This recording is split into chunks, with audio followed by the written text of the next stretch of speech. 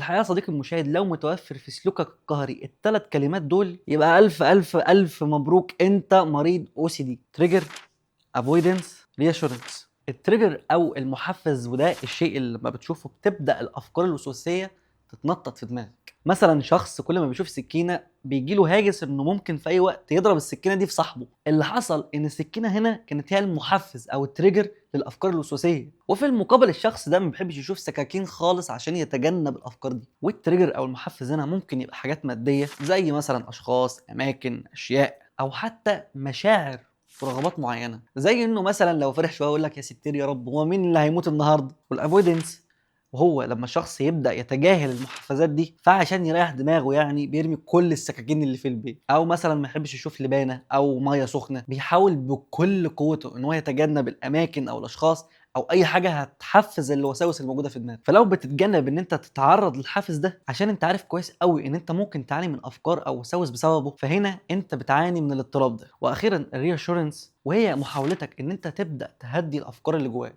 وتبدا تدخل جوجل عشان تشوف اي سبب تاني غير فكره الاضطراب، عشان تتهرب من فكره ان انت عندك مشكله مع سلوكيات او افكار معينه بتتهرب منها. مثلا فلو عندك افكار وسواسيه تجاه حد بتحبه، انه مثلا ممكن يموت في اي لحظه، فبتحاول تهدي نفسك بان انت تتصل بيه كل 5 دقايق تشوفه بخير ولا لا، ده مش طبيعي. انت كده محشور في قلب الاضطراب الوسواسي. فلو توفرت في سلوكك الثلاث حاجات دول، فالف الف الف مبروك، انت عندك او سي دي، ايا كان بقى نوع الوسواس اللي انت بتعاني منه.